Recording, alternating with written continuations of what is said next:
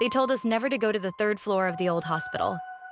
It had been condemned for years, left untouched since the fire that shut the place down. Rumor had it that the fire wasn't an accident. Nurses spoke of a patient who went missing that night. Someone they weren't supposed to have admitted. Someone who didn't belong. But we didn't care about warnings. My friends, Julie, Mark, and I, decided to explore the place on Halloween night. Armed with flashlights and a cheap camcorder, we broke in through a shattered basement window. The air was heavy, filled with the faint scent of mildew and ash. Graffiti covered the walls, but the further we ventured, the less it felt like people had been here. The silence grew oppressive, like the building itself was holding its breath. When we reached the stairs to the third floor, the air shifted. It was colder here, and even Mark, who always joked about ghosts, hesitated. Still, curiosity got the better of us. The third floor was a ruin. Ceiling tiles hung by threads, and the floor was littered with broken glass and debris.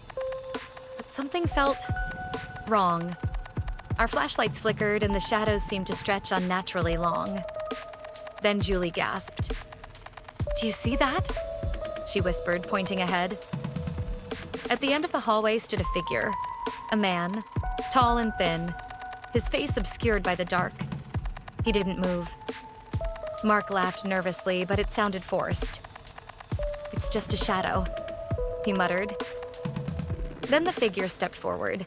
His face was pale, his features distorted, like a photo stretched and blurred. His eyes were dark hollows and his mouth hung open, frozen in a silent scream.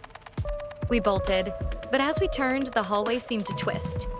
The stairs weren't where they had been, and every door we tried was locked. The sound of dragging footsteps echoed behind us, growing louder, closer. Julie screamed, and I turned to see her flashlight on the ground, flickering.